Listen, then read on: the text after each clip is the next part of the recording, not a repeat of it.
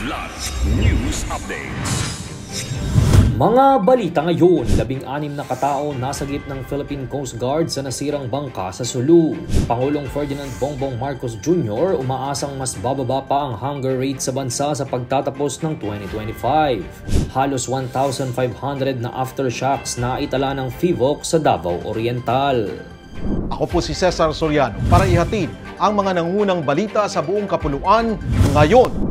Matagumpay na nailigtas ng Coast Guard Station o CGS Eastern Sulu ang 16 na katao, kabilang na ang 11 crew at 5 pasahero ng motor launch na Nisa matapos magkaroon ng engine failure at tangayin ng agos sa Kapual Island, Omar Sulu, Kamakalawa.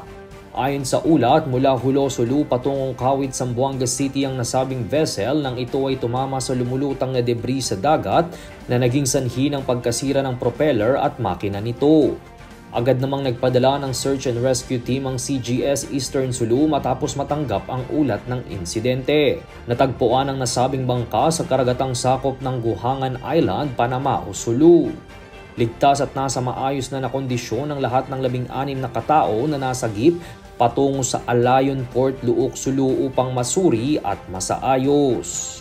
Inihayag ni Pangulong Ferdinand Marcos Jr. ang kanyang pag-asa na lalo pang bababa ang hunger rate sa bansa bago matapos ang taon. Ito ang sinabi ni PBBM sa pagharap nito sa mga benepisyaryo ng Walang Gutom Refuel Project sa Maynila kahapon. Ayon kay Marcos, naging epektibong instrumento ang Walang Gutom Program sa pagbaba ng hunger rate mula 48.7% noong October 2024 patungong 41.5% nitong March 2025. Dagdag pa niya, bumaba rin ang bilang ng mga nagugutom sa mga pamilyang benepisyaryo ng nasabing programa. Sa ilalim ng Walang Gutom Program, binibigyan ng food credits na nagkakahalaga ng 3,000 pesos sa mga piling pamilya kada buwan. Maaari nilang gamitin ito sa mga digital kiosk kung saan sila ay pinapayuhang pumili ng masustansyang pagkain. Pagkatapos ng kanilang pamimili, makatatanggap sila ng resibo bilang bahagi ng monitoring ng programa.